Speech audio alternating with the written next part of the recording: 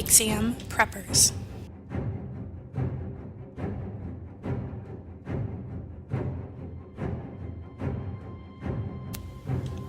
Prepare to learn about multiple choice questions.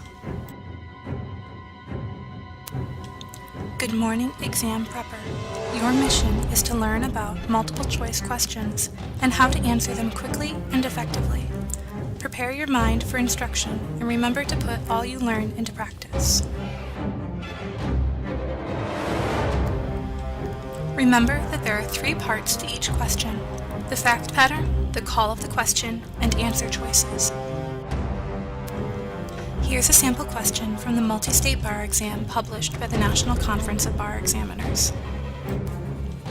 When doing multiple choice questions, read the call of the question before the fact pattern. Then you can read the fact pattern knowing what person or action you should focus on. Here, the call of the question asks whether the arsonist will prevail. Keep that in mind when you're reading the fact pattern.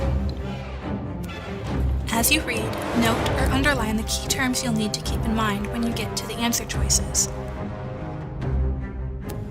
If possible, determine the area of law.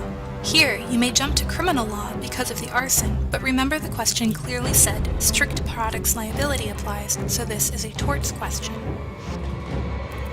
The essential elements of strict products liability require that the plaintiff must prove 1. The item was made or sold by the defendant, 2. The product was defective, 3. The defect caused the plaintiff's injuries, and 4. That the defect existed when the product left the defendant's hands. Read through the answer choices, keeping in mind the key terms you culled from the question.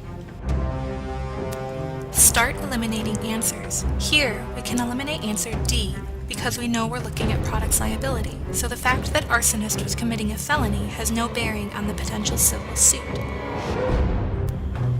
Next, we can eliminate answer C because how the lighter was used has no bearing under the elements for strict products liability.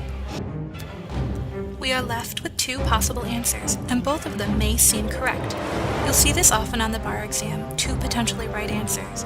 You have to choose the one that is more right.